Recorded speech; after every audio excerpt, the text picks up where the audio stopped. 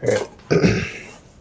Shalom, shalom. First of all, I want to say Kalayim Layel, Bashim Yahushai, Bashim Ha, Rakakodash, and double honors to the elders and apostles, the Great Millstone, GMS, that do rule and teach well. Alright, so, just want to, go into, these quick couple precepts here. Luke 10, probably from like 2 and 3, to be honest. It's kind of self-explanatory. After these, the Lord appointed other 70 and sent them 2 and 2 for his face to every city and place where he himself should come. Right? And we know about all this thing. There's one that by 3. The scripture talks about that, how it's better. No, this one's talking about languages. There's one that talks about by 2 or 3. It's better for a man to, be with another brother or 3 brothers. It's much better. You could be in the spirit, a lot better, obviously. And then if you have like what I always see with a lot of these camps, GMS. Obviously, I'm talking about GMS brothers. I'm not talking about. I don't care for you other camps. You guys are part of the ministry. Of course, I'm not going to take that away from you. And you do tell our people that they're going off, and I'll give that to you as well. But a lot of you guys are fucking cops, bro. Like straight up police behavior, like fucking holding guns and fighting people and just starting shit on the street. Like, this isn't what we're called here to do. We're here to come out here and just, teach our people and to tell the heathen that their position is to be destroyed. And they're going to get pretty mad when you tell them that. And, just let them be mad, I mean, I've told Eden a million times that they're not the people, and they just kind of get mad and storm off, and that's good. I'm not going to call them back, like some of you guys, you fucking called them back to try to debate with them, but you're just going to make them more mad by keeping them around.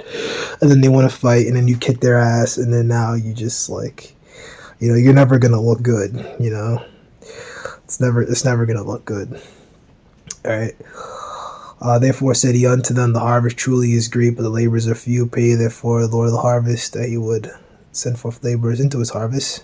Right? The harvest truly is great, but the workers are few. Right? The harvest is, brothers going out there, and what we have to do is teach and preach this word, but the laborers are few, right? And the laborers are the brothers, man, think about how many people there are, as Israelites. Like, there's so many, people, but there's only so many teachers. We have like the 144,000, which in the spirit we believe are all, going to be teachers and brothers that are, going out there, and so on and so forth. But what's 144,000 compared to like millions and millions of people? Like what's the percentage? The scripture says our people will be as the sand of the sea. So, there's only so many of our people that are out there. And that's not to, shit on, like Jake said, don't teach. It's not given to everyone, especially to, teach alone. Like it's rough, dude. Like it's so rough. You don't even know. Just kind of like having to go out there and like face all those people, but, this is different, well, obviously, first and foremost, you gotta be in the spirit. The spirit's on you. You just, fuck it. Let's go. Like, I'm ready. I have to do this. I have to teach my people. Right? Something boiling up from within you, right? Like Jeremiah talked about that, fire set in my bones, set in my bones.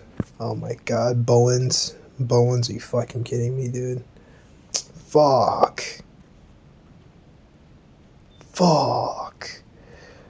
Okay, there we go.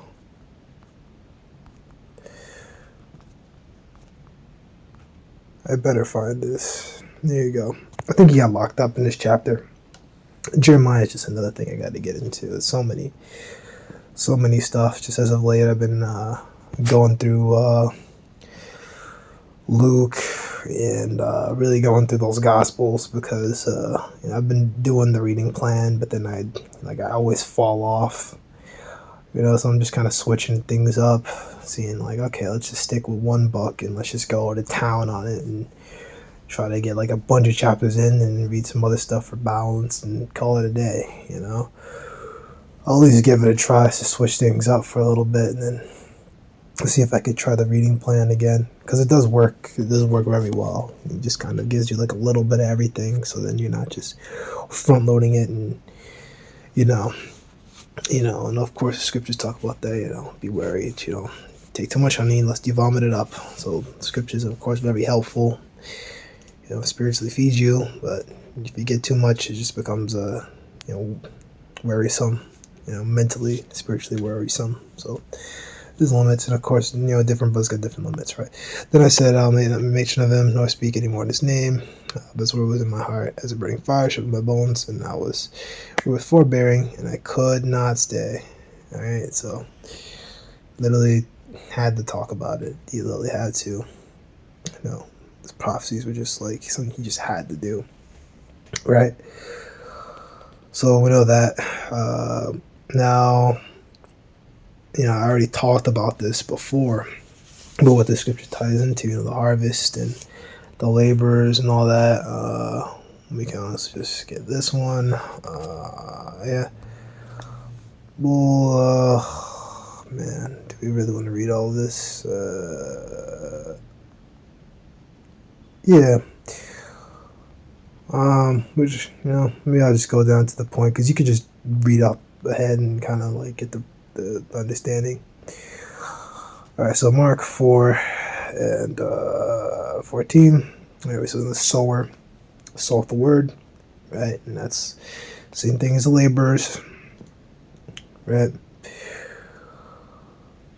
See here, by the farmer plants seeds by taking God's word to others, and that's what we do.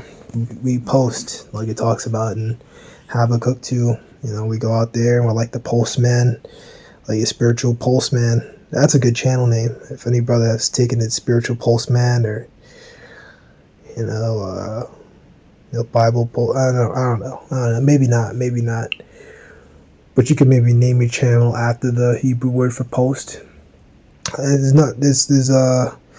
That's always good, to like put Hebrew in your channel name and stuff like that, and always remind you to like get into the Hebrew and things like that. Hebrew is important. Like you must go into the words, because that's where most of these people go off. They just these other philosophies and stuff and doctrines, which a doctrine pretty much goes like learning and stuff like that. But like these other doctrines and stuff that people push out here, they go off because they don't go into the words. Which it's all very sinister, because the teachers, they probably went to the words themselves, probably, and they just hide it, and they just, they probably know better, and they just bring other people into it, and, keep, the deception going. Like Nate knows better, and he doesn't give a shit, and the scriptures talk about that, having his, wicked individuals, having their, wicked Israelites, having a conscience here with the iron, which anyone, these other nations, they're all like, they're also wicked, so their conscience is fucking burnt up too, because they're just all fucking wicked. They're all corrupt. These other nations, fucking Moabite men, Ammonite men, and all their countries. We always, Esau will say, "Oh, look at our countries," and oh, look at Africa, and they always get at Jake and basically make fun of us, even though, there's a difference between, nations that are ran by Jake and nations that are ran by Ham, but, these guys don't know. But it's like, yeah, Africa has corruption and sellouts, but fucking China has sellouts, fucking Japan has sellouts and corrupt governments, Thailand, fucking Iran, These countries aren't all good.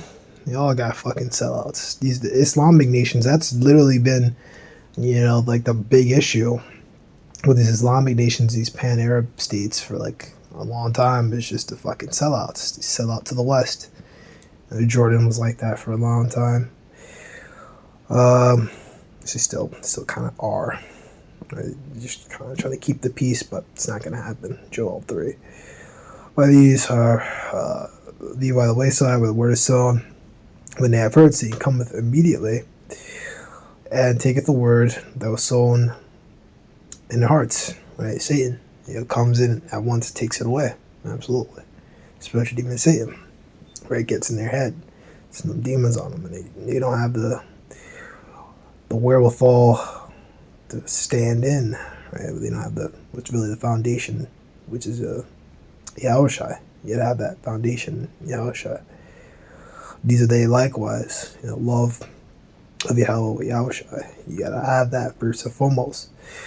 And that's gonna drive you. That's what I really should said before, about teaching by yourself. It's just that, it's scary. It's rough, and honestly it can be pretty depressing, but that love of Yahushua, that should drive you, that love and desire to, please your maker, to please, Yahweh Yahushua, please, Yahushua who chose you, who brought you into this thing. That should motivate you. It should make you feel alive, make you wanna go out there, and if you brothers out there are by yourselves, you gotta pray, maybe the Lord will bring you a brother, and then now you can have another person out there with you, or you can reach out. If you see there's another guy camping around your way, maybe you could reach out to him. You could exchange a few words or something, and you kind of go through it in the spirit, because not everyone that teaches and gives the Awareness to Great Millstone, like these affiliate camps, not everyone that does, gives the Awareness to Great Millstone is of Great Millstone, and they're not like in their right mind. Some people out there, these like other Israelite groups are fucking out of their goddamn minds.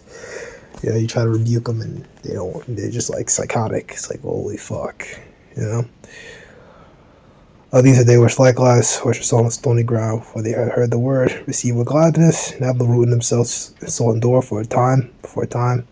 And at the word when affliction, persecution rises for the word's sake, immediately they are offended. Exactly, and that happens. Brothers are in the truth, but when affliction comes, when they're persecuted, when they have problems, or persecuted for believing God's words, right? The scriptures talk about that. Run not and make not haste in time of trouble. Because it's a natural, human desire to, chase comfort. To chase and kind of like make the pain stop.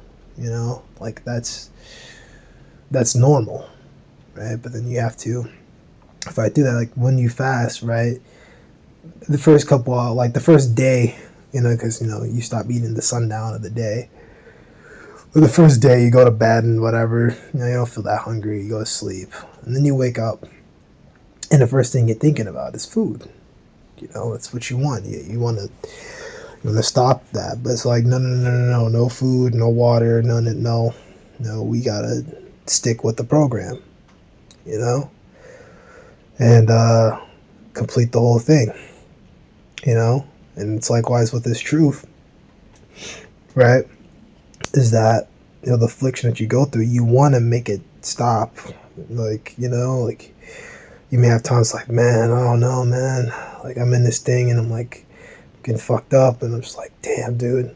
It's like, no, I'm not gonna quit. I'm not gonna quit teaching. I'm gonna stick with this thing, right? But then you have some that they get the truth and they fall right off. Get a wife or a woman, and they finally get their woman, or they get something that they always wanted. They get to come up, they get a nice new raise, their job, and it's like, fuck that, or they have problems. But then scriptures talk about that too. How when you get punished more severely, because you know better. So the Lord is going to hold you to a different standard, and you're actually going to get worse off. You're actually not going to get better. You get sevenfold more demons on you. And these are they which are sown among thorns, which hear the word, and the cares of this world, and the deceitfulness of riches, and the lust of other things enter in, short the word, and become unfruitful. Right? And I think as Apostle Paul said that, using the world, but abusing it, not abusing it. So use the world, right? Like Apostle Paul was a tent maker, so you get a job, and you get a place, and you have a place where you can sleep and you can eat, and so on and so forth. Of course, things aren't the same as they were back then. Back then we had actual communities and things like that, so we kind of ran things in a pseudo communist standpoint, which that is pretty much communism. We shared everything. We shared the food and the money and everything, and we shared housing. There's nothing overtly wrong with like that way of life. It just leads to fucking evil, like not with the way we were doing it, but with the way well, actually that makes sense. I actually never thought about that. The first people to push out communism, like Marx and all those guys were all Amalekites,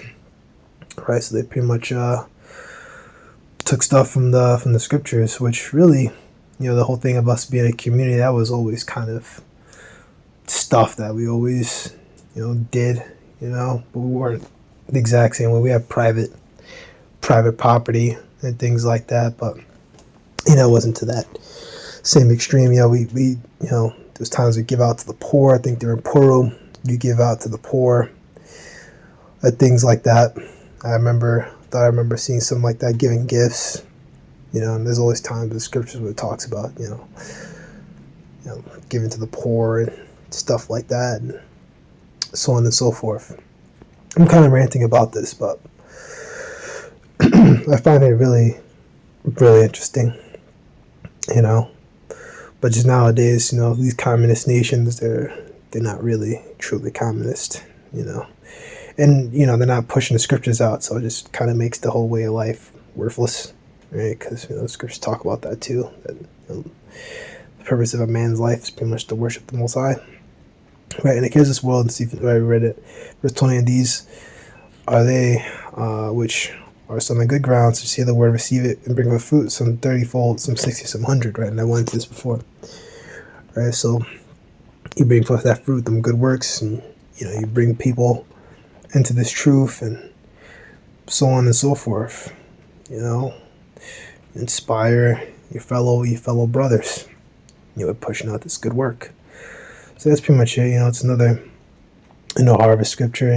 Sower and the seed, and you got to go into like Song of Solomon 4 and Isaiah 44 and Jeremiah 2 and all that. And you can kind of go into a lot of it, but I did a whole camp lesson, pretty much on the full breakdown of all of it. So you could go watch that camp. It should just be a camp, and it should have like a bunch of flowers on it. And I think I called it the enclosed garden. Because scriptures liken this work until harvesting, and also likens the elect as plants, as as a garden. Not to call us like a bunch of gays or something, that we're just a bunch of flowers, and we're about I don't know. I'm not even a fucking joke like that, but the people, they have a very because they don't understand the scriptures, well, they're all demons anyway. They don't understand anything. They got all them demons on them, and first thing they come to mind when they hear about these scriptures is that, oh, it's gay. Oh, it's gay. You guys are gay. You guys are gay. You guys are gay. But so many scriptures about that. Keep the marriage bed undefiled. It's against the law to be gay, and they always constantly switch shit around and try to make it sound like we're gay because we don't have women sitting in lawn chairs before our camp. Like, a woman, I'm not telling you the truth, and I'm telling you, keep your ass home. Keep your arse home, sweetheart. Keep your arse home, all right? Women are made to be a plaything. Keep your ass in the house. لو نفع شباب.